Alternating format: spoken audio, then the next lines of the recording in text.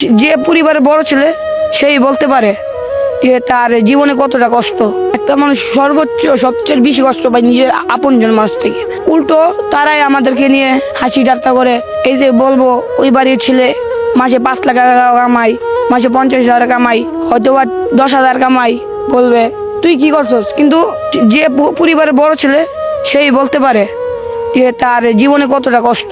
আমি চাকরিতে ফিরলাম, আমাকে একটু সমস্যা হয়েছিল, ওরা আমি বললাম, আমাকে বলে ঘরতে বাইরে জায়গা। কাজ থেকে যাওয়ার পরে বাবা মায়ের কাছে কি আশা করছো? আচ্ছা করছিলাম ভাই গোসল টোসল দিমু দিয়া খামু।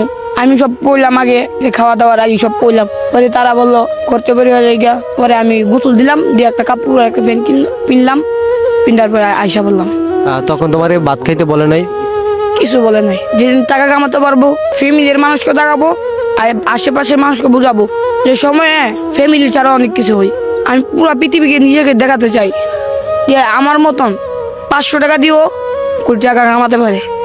মানে তুমি ছোট থেকে অনেক বড় হতে চাও? জি ভাই। আচ্ছা, যখন বাড়ি থেকে রাস্তায় চলে আসলা, রাস্তায় আসার পরে রাস্তায় থাকতে কেমন কষ্ট হয়েছে তোমার? কত মানুষ বলে টুকাই, প্ল্যাটফর্মে ঘুমাইলাম, সকাল 5টা ভাই বাড়ি দেওয়া উঠাই দিল। ওই দিন করে ভাই আমার এনে পানি ব্যস্ত গিয়ে একটা পুলিশে ভাই চুলো দেওয়া ভাই টান্ডা ফালাইছে। ওইখানে চুলো দেওয়া টান্ডা ফালছে, স্যার আমি যাইতা দিয়া। তারপর আমার 3টা বাড়ি দেয় বলে ও যে 300 টাকা দে আর না ক্যাশ লিয়ে যাবো। পরে আমি কই স্যার আমার কাছে 70 টাকা নাই। 50 টাকা দেয় তুই ব্যাস।